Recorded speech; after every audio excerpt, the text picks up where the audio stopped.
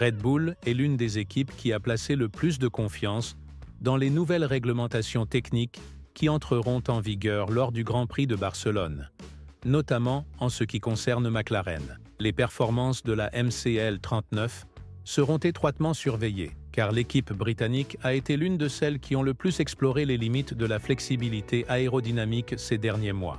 Dans ce contexte, la question se pose de savoir si nous assisterons à une lutte intense pour le championnat des pilotes. Et si c'est le cas, comment McLaren, qui rencontre déjà des difficultés dans la gestion de ses deux pilotes, pourra-t-elle faire face à la pression?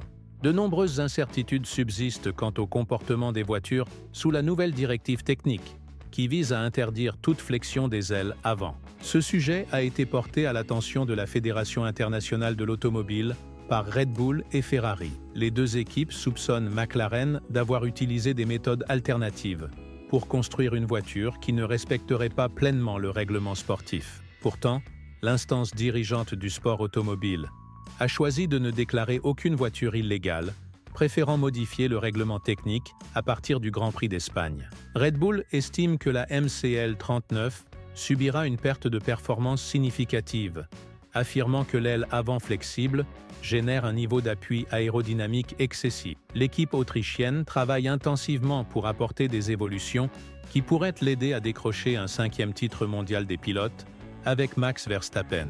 Après 3 grands prix et une course sprint, le pilote néerlandais n'est qu'à 1 point de Lando Norris au classement général. Concernant les attentes pour Barcelone, Christian Horner a déclaré qu'il existe encore beaucoup d'incertitudes sur l'impact de la nouvelle directive technique sur les différentes voitures. Selon lui, la fenêtre d'exploitation actuelle des voitures est extrêmement étroite et la modification de l'aile avant est importante, ce qui rendra intéressant de voir quelles équipes seront les plus touchées.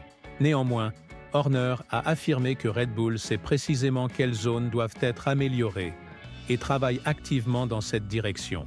À ses yeux, le championnat de 2025 sera remporté par l'équipe qui saura le mieux saisir les opportunités qui se présenteront tout au long de la saison. Il existe un domaine dans lequel McLaren se montre clairement supérieur à Red Bull et aux autres équipes, la gestion des pneus.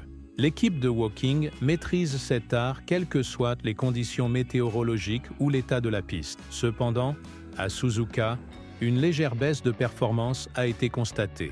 Andrea Stella a expliqué qu'il préférait l'ancienne surface du circuit, mais a assuré que ce problème serait corrigé dans les prochaines évolutions.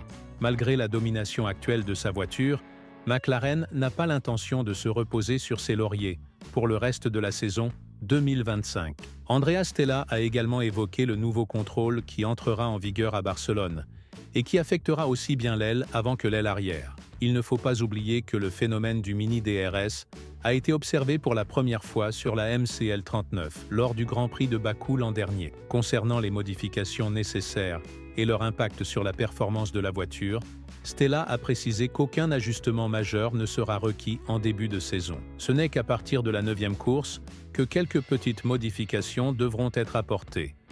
Malgré les débats autour de cette directive, McLaren estime que d'autres sujets sont plus préoccupants, notamment la recherche constante de gains de quelques dixièmes de seconde. Stella a présenté ce processus comme simple, mais a souligné qu'il est en réalité extrêmement technique et complexe. Zak Brown et le directeur de l'équipe ont affirmé qu'un changement important de mentalité s'était opéré chez McLaren depuis le début de 2025. Cette nouvelle approche signifie que McLaren devra affiner sa stratégie, surtout compte tenu de la compétitivité de ses deux pilotes.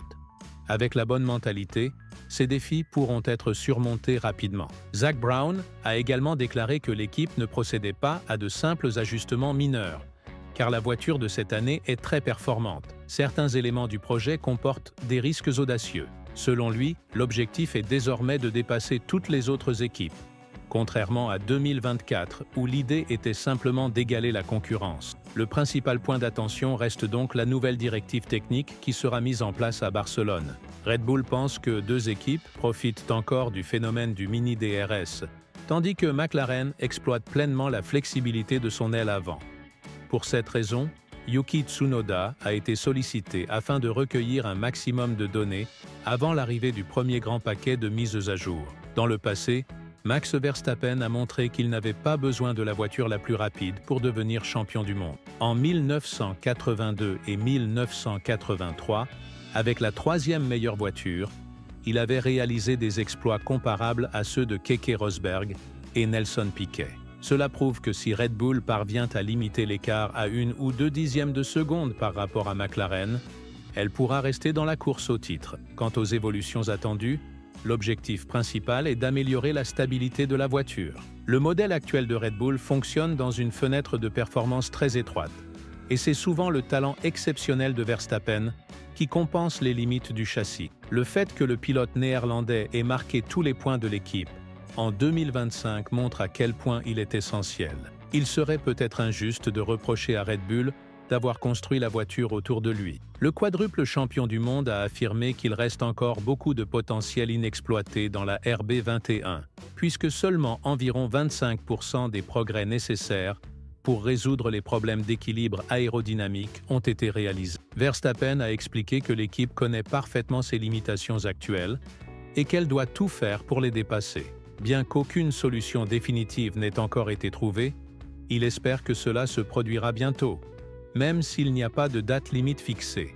Le défi est de trouver le bon équilibre, un point actuellement très sensible. L'année dernière, certaines faiblesses avaient été corrigées rapidement sans perte majeure de performance. Aujourd'hui, l'objectif est de rendre cette nouvelle voiture encore meilleure. Sur des circuits de 5,5 km comportant plus de 20 virages, trouver quelques centièmes de seconde dans chaque section peut faire toute la différence. Red Bull doit encore extraire un peu plus de vitesse et de stabilité pour que les pilotes se sentent en confiance pour attaquer.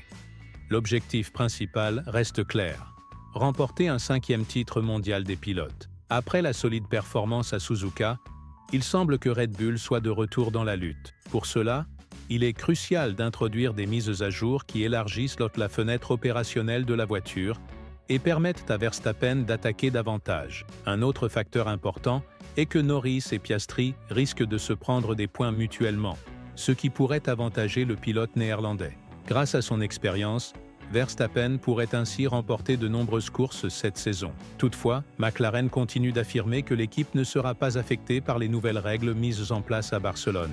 Si cela se confirme, Red Bull pourrait connaître une saison difficile. Il convient également de rappeler que Helmut Marko a donné à l'équipe un délai de 5 courses pour introduire des évolutions efficaces. Passé ce délai, il pourrait être trop tard pour sauver les objectifs de la saison 2025. Le défi est immense. Verstappen a même plaisanté en disant que dans la voiture adverse, il serait tout simplement invisible pour le reste du peloton. Red Bull reconnaît aussi que la perte de membres clés, comme Rob Marshall parti chez McLaren, a eu un impact direct sur ses performances. Helmut Marko estime que la culture de l'équipe de Woking est l'une des plus fortes jamais vues dans l'histoire de la Formule 1, rappelant que la RB19 était l'une des voitures les plus dominantes de tous les temps. Affronter une équipe ayant absorbé autant de savoir-faire technique représente donc l'un des plus grands défis que Red Bull ait jamais eu à relever, même avec un pilote du calibre de Verstappen. Avec tout cela en tête, pensez-vous que la nouvelle réglementation à Barcelone sera déterminante pour la performance de la MCL 39? Et si ce n'est pas le cas, est-ce la dernière chance pour Red Bull de rattraper Norris et Piastri et de se battre pour le titre des pilotes? Donnez votre avis dans les commentaires et cliquez ensuite sur la vidéo qui apparaît à l'écran.